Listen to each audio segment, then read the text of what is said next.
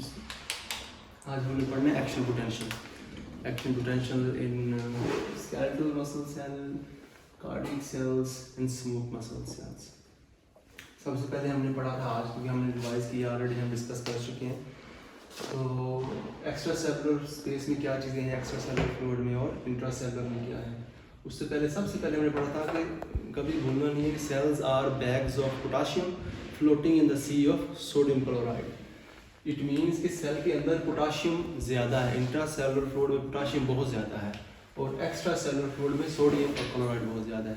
कुछ हमने चीज़ें लिखी थी, एक्स्ट्रा सेलुलर फ्लूइड में और इंट्रा सेलुलर में सोडियम जो है हमारा इलेक्ट्रोलाइट सोडियम इंट्रा सेलुलरली 10 मिली इक्विवेलेंट होती है इसकी मकदार, और एक्स्ट्रा सेलुलरली 142 मिली इक्विवेलेंट होती है। उसके बाद ग्लूकोज है, इंट्रा सेलुलरली 20 इसका अमाउंट है और एक्स्ट्रा सेलुलर 90। पोटाशियम इलेक्ट्रोलाइट 140 मिली इक्विवेलेंट होता है इंट्रा सेलुलरली और 4 मिली इक्विवेलेंट होता है extra cellularly. Bicarbonates intra cellularly 10 मिली इक्विवेलेंट होते हैं और एक्स्ट्रा सेलुलरली 28 मिली इक्विवेलेंट होते हैं। क्लोराइड इंट्रा सेलुलरली 4 मिली इक्विवेलेंट और एक्स्ट्रा सेलुलरली 103 मिली इक्विवेलेंट पर लीटर होते हैं। कैल्शियम इंट्रा सेलुलरली 1 और एक्स्ट्रा सेलुलरली 5 मिली इक्विवेलेंट पर लीटर होते हैं। लास्ट प्रोटीन्स हमने पढ़े थे, प्रोटीन इंट्रा सेलुलरली इनकी मकदार ऑलमोस्ट 16 है और एक्स्ट्रा सेलुलरली 4। तो सेल के अंदर जो चीज़ें हैं वो पोटाशियम बहुत ज़्यादा मकदार में है और प्रोटीन बहुत ज़्यादा मकदार में है, जो हमारी इसकी रेस्टिंग मेम्ब्रेन पोटेंशियल को मेंटेन करते हैं। रेस्टिंग मेम्ब्रेन पोटेंशियल क्या है? Potential at which cell becomes at rest. जब सेल रेस्ट की हालत में होते हैं और वो एक जो पोटेंशियल होता है रेस्टिंग मेम्ब्रेन पोटेंशियल कहते हैं, और ये इंट्रा सेलुलर पोटेंशियल होता है, एक्स्ट्रा सेलुलरली नहीं होता। मसल सेल में, एट्रियम में, वेंट्रिकल और पर्किंजी सेल्स में ये resting membrane potential -90 millivolt में होता है। मतलब अगर इन सेल्स में इलेक्ट्रिकल जो वोल्टेज है वो -90 होगा तो सेल रेस्ट की हालत में होगी। जो न्यूरॉन्स में है उसमें रेस्टिंग मेम्ब्रेन पोटेंशियल -70 है और ऐसे नोड में रेस्टिंग मेम्ब्रेन पोटेंशियल -60 है। ये बेसिक चीज़ें आपने ऐसे एज इट इज याद रखनी है। एक्शन रेस्टिंग मेम्ब्रेन पोटेंशियल पे हमने पढ़ा था, उसके बाद एक्शन पोटेंशियल पढ़ा था। ये हमने सारे मसल्स में पढ़ना है। उससे पहले हमने लीकी चैनल्स पढ़ लिए थे। सोडियम पोटाशियम एटीपेज पंप या सोडियम पोटाशियम पंप या सोडियम पोटाशियम एटीपेज एक ऐसा पंप है जो हर सेल्स में होता है, बॉडी के हर सेल में होता है और हर वक्त काम कर रहा होता है। 3 सोडियम बाहर जा रहे होते हैं एक्स्ट्रा सेलुलरली और 2 पोटाशियम अंदर आ रहे होते हैं इंट्रा सेलुलरली। ये इलेक्ट्रिकल एक्टिविटी, इलेक्ट्रिकल जो वोल्टेज होता है, electrochemical gradient intra cellular extra cellular उसको मेंटेन करता है। उसके बाद एनोइन चैनल्स हमने पढ़े थे। एनोइन चैनल्स होते हैं for proteins, organic phosphate and sulphate के लिए, लेकिन इनकी जो साइज है वो ज़्यादा होता है और चैनल से पास नहीं कर पाते और सेल के अंदर ही रह जाते हैं। उसके बाद हमने चैनल पढ़े थे लीकी चैनल, सोडियम के चैनल, पोटाशियम के और क्लोराइड के चैनल ऑलमोस्ट बंद ही रहते हैं रेस्टिंग मेम्ब्रेन में वैसे भी। सोडियम के चैनल मोस्टली खुले होते हैं, मोस्टली बंद होते हैं, आधे 50% कह सकते हैं। लेकिन पोटाशियम चैनल ऐसे चैनल जो हर वक्त ही ओपन होते हैं और हर वक्त पोटाशियम की इफ्लक्स हो रही होती है। जो पोटाशियम सेल के अंदर इतना इफ्लक्स उसका हो रहा होता है, फिर भी 2 चीज़ें एट द एंड उसको स्टॉप करती हैं। एक्स्ट्रा सेलुलरली उसको रिपेल किया जाता है सोडियम से, क्योंकि हमने पढ़ा कि एक्स्ट्रा सेलुलरली सोडियम बहुत ज़्यादा मकदार में है, ऑलमोस्ट कितने 142। तो जो पॉजिटिव बाहर पड़ा हुआ है सेल के वो उसको रिपेल करता है कि भाई तो अंदर ही रहा है, क्योंकि पोटाशियम भी पॉजिटिव चार्ज है, पॉजिटिव रिपेल ईच अदर। उसके बाद इंट्रा सेलुलर अट्रैक्शन मिलती है उसको एनाइन से, प्रोटीन पे नेगेटिव चार्ज होता है ना, तो नेगेटिव पॉजिटिव आपस में अट्रैक्ट करते हैं तो उसको रोके रखते हैं। तो ये 2 चीज़ें पोटाशियम की इफ्लक्स को रोक देते हैं। वैसे भी सेल के अंदर पोटाशियम का होना बहुत ज़रूरी है। अगर पोटाशियम सारी इफ्लक्स हो जाए, बाहर चली जाए, तो अंदर तो सिर्फ हमारे एनाइंस बचे हैं, ऑर्गेनिक फॉस्फेट सल्फेट में जो कि नेगेटिवली चार्ज है, और रेस्टिंग मेम्ब्रेन पोटेंशियल सेल की -20 मिली वोल्ट तक चली जाए, तो एक्शन पोटेंशियल उसके लिए बहुत डिले और बहुत मुश्किल हो जाएगा किसी भी सेल के लिए। इसीलिए नेचर ने पोटाशियम चैनल को, पोटाशियम जो इलेक्ट्रोलाइट है उसको भी अंदर रखा है ताकि पोटाशियम और एनाइंस का एक बैलेंस हो और रेस्टिंग मेम्ब्रेन पोटेंशियल एक रीजनेबल हालत में हो। उसके बाद हमने अगर एक्शन पोटेंशियल पढ़ना है तो हमने सबसे पहले पढ़े थे लो मोटर न्यूरॉन, जो कोई भी मोटर न्यूरॉन जैसे ही प्री गैंग्लियोनिक फाइबर उसके स्टिमुलेट होते हैं तो कैल्शियम चैनल ओपन हो जाते हैं, एक्स्ट्रा सेलुलरली कैल्शियम अंदर जाती है और उसके वेसिकल्स बनते हैं और साइनैप्स में वो अपने कैल्शियम को गिरा देते हैं न्यूरोट्रांसमीटर्स। वो कैल्शियम चैनल रिसेप्टर्स होते हैं पोस्ट गैंग्लियोनिक फाइबर्स में, वहाँ से जैसे वो कन्फर्मेशनल चेंजेस होती हैं after the attachment of the calcium, sodium channel open हो जाते हैं। फिर वो सोडियम चैनल पोस्ट न्यूरोनिक फाइबर्स के थ्रू होते हुए न्यूरोमस्कुलर जंक्शन में गिरा देते हैं। कैल्शियम गिरती है न्यूरोनल जंक्शन में और सोडियम गिरते हैं न्यूरोमस्कुलर जंक्शन में। फिर जब ये सोडियम ये मसल को किसी भी ऑर्गन इफेक्टर ऑर्गन के किसी भी सेल को स्टिमुलेट करेगी तो उसके स्केलेटल मसल की डिफरेंट है, स्मूथ मसल की डिफरेंट है और कार्डियक मसल की डिफरेंट एक्शन पोटेंशियल उसका होता है। तो सबसे पहले हमने पढ़ा था स्केलेटल मसल का इलेक्ट्रिकल पोटेंशियल ना, तो उसमें क्या होता है कि सोडियम की इन्फ्लक्स होगी, इसका रेस्टिंग मोमेंट पोटेंशियल हमने पढ़ा था -90 मिलीवोल्ट है, ठीक है। और जैसे ही सोडियम का इन्फ्लक्स होता है थोड़ी सेकंड के लिए कहते हैं स्टिमुलेंट आर्टिफैक्ट, थोड़ी देर के लिए वोल्टेज जो है ना वो ऊपर नीचे होता है, लेकिन उसके बाद एक बिल्कुल 1 मिली सेकंड के लिए 0.5 से 1 मिली सेकंड की एक बिल्कुल कोई चेंज नहीं आता, आइसोइलेक्ट्रिक लाइन बनती है। ये होता है लेटेंट पोटेंशियल। लेटेंट पोटेंशियल के बाद यहाँ से फिर सोडियम की इन्फ्लक्स बढ़ती चली जाती है और लेटेंट पोटेंशियल को जो है ना वो कैंसिल कर दिया जाता है और फिर इलेक्ट्रिकल एक्टिविटी थोड़ी सी ऊपर जाना चाहिए, क्योंकि सोडियम अंदर आ रहा है, पॉजिटिव चार्ज अंदर आ रहा है, तो इलेक्ट्रिक नेगेटिविटी उसकी नेगेटिविटी जो है सेल के अंदर वो कम होना शुरू हो जाएगी, नेगेटिव से पॉजिटिव की तरफ जाना शुरू हो जाएगी। इधर देखें प्लस, जैसे ही ये ऊपर जाना शुरू होगी यहाँ पे एक थ्रेशोल्ड पोटेंशियल है -50 मिलीवोल्ट। इस पोटेंशियल के ऊपर इस वोल्टेज यहाँ पे वोल्टेज गेटेड सोडियम चैनल ज़्यादा ओपन हो जाते हैं और एकदम से सोडियम जब इन्फ्लक्स होती है तो rush in of sodium leads to मजीद पॉजिटिव एंड की तरफ ले जाता है, +65 मिलीवोल्ट तक जाता है, जो कि +65 क्या है, सोडियम का इक्विलिब्रियम पोटेंशियल है। अब ये वो पोटेंशियल जहाँ सोडियम इक्विलिब्रियम में आ गया, इंट्रासेलुलर एक्स्ट्रासेलुलर सेम है, तो सोडियम चैनल बंद हो जाएंगे और जहाँ पे पोटाशियम चैनल ओपन हो जाएंगे। जैसे पोटाशियम चैनल ओपन होंगे, हमने पढ़ा था कि cells are bags of potassium, it means कि पोटाशियम सेल के अंदर बहुत भरी हुई है। जैसे चैनल ओपन हो गया पोटाशियम बाहर की तरफ जाएगी, ना कि अंदर की तरफ आएगी।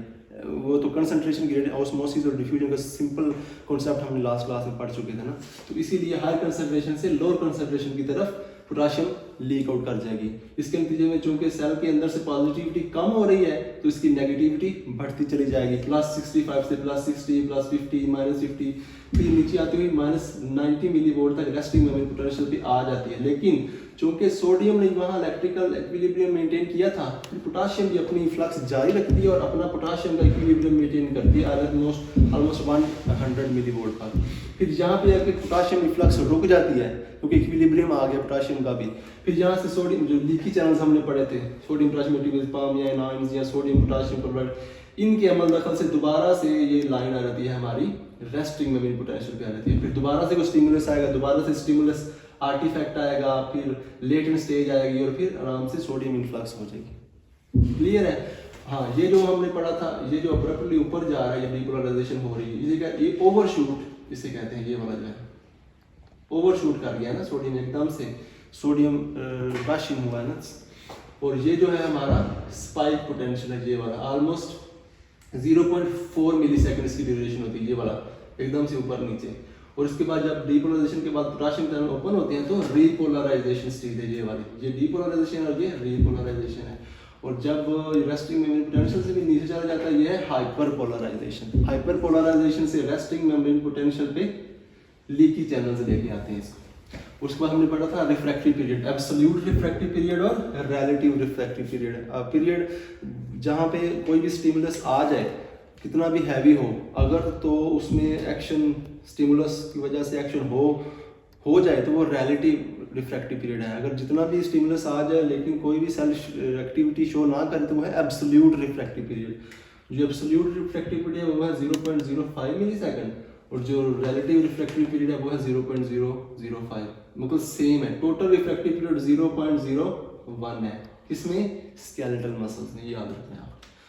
ये इसकी इलेक्ट्रिकल एक्टिविटी थी और ये इसकी मैकेनिकल एक्टिविटी। इसमें क्या होता है कि जैसे ही सार्कोलिमा जो उसका सेल मेम्ब्रेन है वो डिपोलराइज होती है तो डिपोलराइजेशन से कैल्शियम चैनल ओपन हो जाते हैं और कैल्शियम एक्स्ट्रा सेलुलर फ्लूइड से इंट्रासेलुलर फ्लूइड में आ जाती है। इंट्रासेलुलरली कैल्शियम बढ़ जाती है और सार्कोलिमा से टी ट्यूब्यूल भी स्टिमुलेट होते हैं। टी ट्यूब्यूल फिर सार्कोप्लाज्मिक रेटिकुलम को स्टिमुलेट करते हैं। तो इन दोनों तरीकों से कैल्शियम पंप स्टिमुलेट होते हैं। ये क्या है? Calcium pump.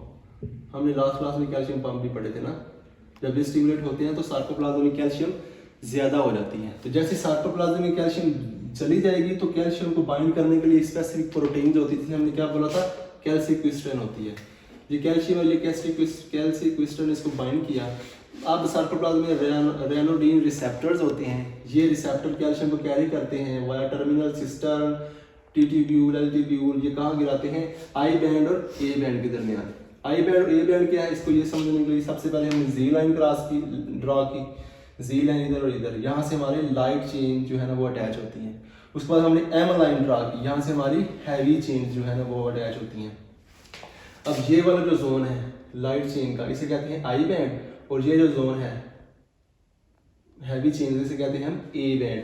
ए बैंड और आई बैंड के दरमियान यहाँ पे कैल्शियम गिरती है वाया टी ट्यूब्यूल, यहाँ पे जैसे कैल्शियम आ गई। अच्छा, ये जो सारे बैंड को हमने बोला था एच जोन ही होता है ना, एच जोन, ये सेंट्रल जोन है जी, एच जोन है, लैंड मार्क्स है इसके। जैसे कैल्शियम आ जाएगी in between the I band और ए बैंड, यहाँ पे जो कैल्शियम है गिरती है वो अटैच होती है ट्रोपोनिन सी के साथ। हमने पढ़ा था कि जो लाइट चेन है फॉर एग्जांपल ये, इसमें 3 चीज़ें याद रखनी है, एक्टिन, ट्रोपोमायोसिन और ट्रोपोनिन। ट्रोपोनिन 3 टाइप्स हैं, troponin I, troponin C, troponin T.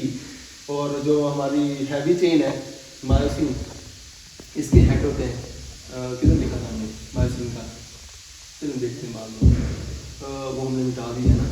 चलो, जैसे कैल्शियम आती है वो ट्रोपोनिन सी के साथ बाइंड करती है, सी से कैल्शियम, जैसे ट्रोपोनिन सी के साथ बाइंड करेगी ट्रोपोनिन टी एक्टिव हो जाएगा, और ट्रोपोनिन टी किसको स्टिमुलेट करेगा, ट्रोपोमायोसिन को। और ट्रोपोमायोसिन वो है जो जिसने मायोसिन के हेड को कवर किया था। फॉर एग्जांपल ये मायोसिन का क्या है, हेड है, तो जहाँ एफ एक्टिन जो है ना उस पर उसी लिए कहते हैं एफ एक्टिन को कवर करके रखता है कौन, ट्रोपोमायोसिन। जैसे ही ट्रोपोनिन सी आई कैल्शियम बाइंड होने की वजह से उसने ट्रोपोनिन टी को स्टिमुलेट किया और ट्रोपोमायोसिन को हटा दिया। जैसे ही ट्रोपोमायोसिन हट गई तो मायोसिन का हेड क्या होगा, नेक्ड हो गया, एफ एक्टिन उसका जो है ना सब प्लेस वो खाली होगी, फिर वहाँ पे कैल्शियम अटैच हो जाएगी, फिर कैल्शियम और एक्टिन और मायोसिन की क्रॉस ब्रिजिंग होगी, आपस में टेंशन डेवलप होगी, कॉन्ट्रैक्शन होगी। उसके बाद जब रिलैक्सेशन होती है, वो जब इंट्रासेलुलरली कैल्शियम कम हो जाती है, जब भी पीछे से जो जितना एक ड्यूरेशन होता है ना स्टिमुलस का, फॉर एग्जांपल मैंने सिर्फ ऐसे करना है फिर खोल देना फिर रिलैक्स कर देना, जब वो ड्यूरेशन कम होगा या इंट्रासेलुलर कैल्शियम कम होगी तो कैल्शियम जो है वो रीअकमुलेट हो जाती है सार्कोप्लाज्मिक रेटिकुलम में व इंट्रासेलुलर फ्लूइड, और एक्शन और उसके बाद ट्रोपोनिन आई जो है वो स्टिमुलेट हो जाती है, आई फॉर इनहिबिशन, ये इनहिबिट कर देती है एक्टिन और मायोसिन के फिलामेंट्स। ये याद रखना, आई से क्या होता है, inhibition of actin and myosin, troponin C से सी फॉर कैल्शियम, और ट्रोपोनिन टी से ट्रोपोमायोसिन के हेड पे जब वो हेड को नंगा कर देते हैं। तो ये जो सारा जो स्ट्रक्चर है इसे कहते हैं हम सार्कोमियर, जो कि मायोफाइब्रिल का एक हिस्सा है। जब ये कॉन्ट्रैक्शन हो रही होती है तो जी लाइन जो है, ये जी लाइन और ये जी लाइन एक दूसरे के कम क्लोजर आ जाती है, नज़दीक आ जाती हैं, और जो एच जोन है, ये वाला एच जोन है, ये जो है ये डिसअपीयर हो जाता है, ख़त्म हो जाता है। और जो आई बैंड है, ये वाला आई बैंड, ये वाला, और यहाँ पे ये वाला आई बैंड, ये जो है ये डिक्रीज हो जाता है।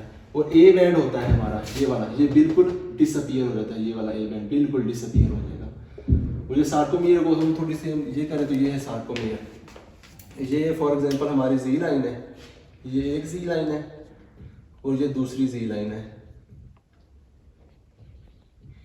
और ये ओवरऑल क्या है, ये सार्कोमियर है। और ये एक कौन सा स्ट्रक्चर है, ये वाला, ये क्या है, फाइब्रिल, हाँ मायोफाइब्रिल, हाँ। और ये ओवर एक मायोफाइब्रिल, 2 मायोफाइब्रिल, सारे 1000 मायोफाइब्रिल होते हैं। ये माइटोकॉन्ड्रिया है, इसको कवर कौन करता है, ये वाला स्ट्रक्चर क्या है, ये मसल फाइबर है, मसल फाइबर है। उसके ऊपर ये न्यूक्लियस मल्टी न्यूक्लिएटेड होते हैं ना मसल फाइबर, उसके ऊपर ये डार्क आई बैंड है और लाइट ए बैंड है। ये कुछ स्ट्रक्चर है इसका मसल का, और इसके अंदर हो क्या रहा है सार्कोमियर में, ये हमने इधर पढ़ लिया कैसे एक्टिन मायोसिन क्रॉस ब्रिजिंग होती है। उसके बाद हमने स्मूथ मसल का पढ़ा, ये कौन सा मसल है, स्मूथ मसल। स्मूथ मसल में एक्शन पोटेंशियल कैसे होता है, सबसे पहले डिपोलराइजेशन आती है सेल मेम्ब्रेन की तरफ, ऐसे देखें सेल मेम्ब्रेन की तरफ आई तो voltage gated calcium channel open हो गए और कैल्शियम की इन्फ्लक्स हो गई। दूसरा तरीका करेगा तो ligand gated calcium channel, sorry ligand gated channel है, ये लाइगेंड गेटेड चैनल है जिसके साथ अटैच होता है कोई भी ligand, may be hormone, may be neurotransmitter, उसने at the end calcium voltage gated calcium channel को ओपन कर दिया और दोबारा से कैल्शियम अंदर आ गया। तीसरा ये था कि रिसेप्टर्स होते हैं जो अटैच होते हैं जी स्टिमुलेटरी प्रोटीन के साथ, जैसे कोई हार्मोन न्यूरल ट्रांसमीटर उसको स्टिमुलेट करता है तो IP3 in turn IP3 stimulate करती है आइनोसाइटोल ट्राइफास्फेट। आइनोसाइटोल ट्राइफास्फेट और कैल्शियम इंड्यूस कैल्शियम रिलीज होती है सार्कोप्लाज्म एंडोप्लाज्मिक रेटिकुलम से इनटू द इंट्रासेलुलर स्पेस। अब इंट्रासेलुलर कैल्शियम आ गई है तो इसको बाइंड करने के लिए अलग से प्रोटीन है, कौन सी, कॉलमोडोलिन। कैल्शियम कॉलमोडोलिन कॉम्प्लेक्स बन जाता है इंट्रासेलुलरली, वही कैल्शियम कॉलमोडोलिन कॉम्प्लेक्स मायोसिन की लाइट चेन को काइनेज को एक्टिव कर देता है। मायोसिन लाइट चेन काइनेज जो है वो मायोसिन लाइट चेन को फास्फोराइलेट कर देता है।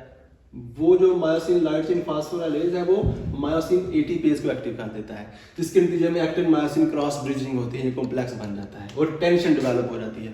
जैसे इंट्रासेलुलर कैल्शियम कम हो जाएगी क्योंकि यूज हो रही है ना, यूटिलाइज हो रही है कंटिन्यूसली, जैसे ये स्टोर कम होगा इंट्रासेलुलरली तो टेंशन कम होगी और सेल रिलैक्सेशन की हालत में चला जाएगा, रिलैक्स हो जाएगा। ये थी हमारी action potential in smooth muscles by calcium calmodulin complex. उसके बाद हमने पढ़ा था वेंट्रिकल में या एट्रियम में या परकिंजी सेल में एक्शन पोटेंशियल कैसी होती है। इसका जो रेस्टिंग मेम्ब्रेन पोटेंशियल है वो -90 मिलीवोल्ट है। फिर जैसे ही सोडियम, यहाँ मैंने बोला था जो सोडियम के चैनल है वो शायद फ्रिज की तरह है, एक थोड़ी देर के लिए आते हैं और तबाही मचा जाते हैं। थोड़ी देर के लिए सोडियम चैनल ओपन होंगे और एकदम से जो एक्शन पोटेंशियल है वो ऊपर की तरफ शूट करेगा और जहाँ पे इसका इक्विलिब्रियम आ जाता है, सोडियम का इक्विलिब्रियम पॉइंट ये वाला है, यहाँ पे सोडियम चैनल बंद हो जाते हैं, उसके नतीजे में पोटाशियम इफ्लक्स शुरू हो जाती है। यहाँ से ये वो पॉइंट है जहाँ से ये वोल्टेज गेटेड पोटाशियम चैनल्स ये वाले ओपन होते हैं और पोटाशियम की फ्लक्स होती है कंटिन्यूसली। हमने बोला था ये मिसबाह की तरह है, ये एट दी एंड यहाँ तक पोटाशियम इफ्लक्स करता रहेगा स्लोली आराम से। जैसे ये थोड़ा सा ये जो जीरो फेज से कहते हैं इनिशियल डीपोलराइजेशन, यहाँ पर जैसे पोटाशियम की फ्लक्स होती है तो ये जो स्टेज फर्स्ट इसे कहते हैं इनिशियल रीपोलराइजेशन। लेकिन यहाँ पे जब 0 मिलीवोल्ट तक आती है इसकी इलेक्ट्रिकल एक्टिविटी, यहाँ पे कैल्शियम चैनल ओपन हो जाते हैं ये वाले और कैल्शियम का इन्फ्लक्स होता है। अब ये देखें कैल्शियम पॉजिटिवली चार्ज है तो उसका इन्फ्लक्स हो रहा है, पोटाशियम भी पॉजिटिवली चार्ज है उसका इफ्लक्स हो रहा है, तो नेट रिजल्ट 0 है। तो इसलिए हमें आइसोइलेक्ट्रिकल एक लाइन मिल जाती है जिसे हम कहते हैं प्लेटो। ये 300 मिलीसेकंड तक इसकी ड्यूरेशन होती है।